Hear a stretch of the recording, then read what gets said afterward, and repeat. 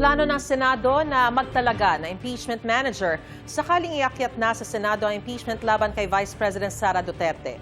Sa ngayon, ipapamamahagi na sa mga kongresista ang kopya ng committee report tungkol sa impeachment para mapag-aralan ito bago magbotohan kung may impeach o hindi ang bise. May unang balita si Tina Panganiban Perez.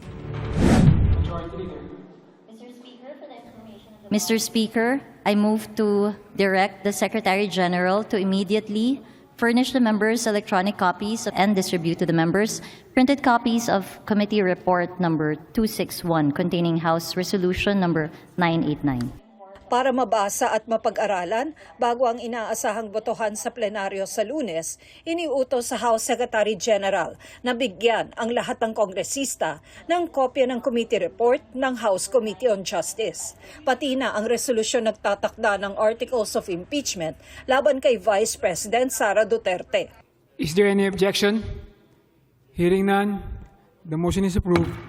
Ayon sa isang leader ng partidong Lakas CMD, lumabas sa kanilang pulong na sa 69 na Lakas congressmen, 90 to 95% ang boboto para sa impeachment. We are solidly behind the complaint. As you know, the chair of the Committee on Justice is a Lakas member.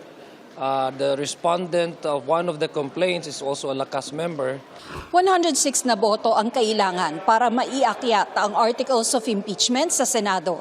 May mga kongresistang naniniwalang mahihigitan nila ito. Kung ipagsama mo yung boto ng Lakas lang at ng 55 na bumoto sa committee, you will already get your 106. Diba? So, what are the odds? Kung pumupusta ka sa karera ng kabayo, panalo na siguro itong kabayong ito kasi 106 lang ang kailangan. Ayon sa chairperson ng House Committee on Justice, prerogative ng mga kongresista kung anong magiging posisyon nila. And there are three things which will affect how the House members will decide on this. One, how they appreciate the evidence. Two, of course, we acknowledge that this is a political process. Factor din ang posisyon ng party leadership. And third, the conscience vote. What will be best for the country should be considered also. Sakaling ma-impeach, sabi ni Vice President Duterte, base din sa discussion namin ni Pangulong Duterte, lahat ng mga nangyayari sa buhay ng isang tao ay sinulat yan ng Diyos. So kung ma-impeach ako, yan ay sinulat na ng Diyos, hindi man ako ma-impeach. Nasa The Hague, the Netherlands, ang bise para dalawin ang amang si dating Pangulong Rodrigo Duterte. Hindi pa raw niya ipinaalam sa ama na may panibagong impeachment complaint siyang hinaharap. Hindi na niya kailangan malaman ang mga ganyan na klase na bad news kasi wala din naman yung value sa kanya. Tapos mag-overthink siya, lalo pati nag-iisip tayo na baka nga dyan siya bawian ng buhay sa loob, no? Diyan siya mamamatay sa loob ng detention. So dapat yung maaalala niya at naiisip niya ay yung mga masasayang bagay.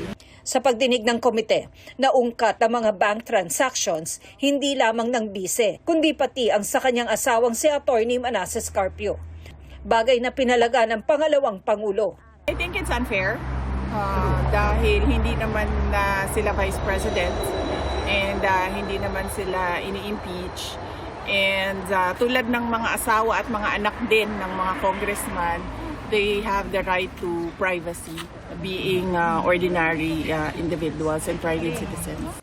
Katwiran naman ng komite, kasama kasi si Carpio sa isinumita ng bise na SALN o Statement of Assets, Liabilities and Net Worth. Hindi po kasalanan namin yan na gano'n ang kinalalabasan.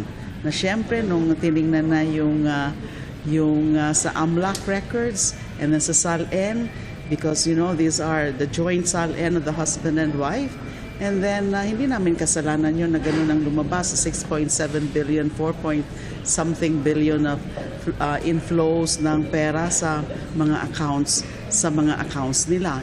Inaabangan na kung aakyat sa Senado ang impeachment complaint. Sakaling harangin daw ng ilang senador ang pagko-convene ng impeachment court, mauuwi ito sa botohan, ayon kay Senator Ping Lacson.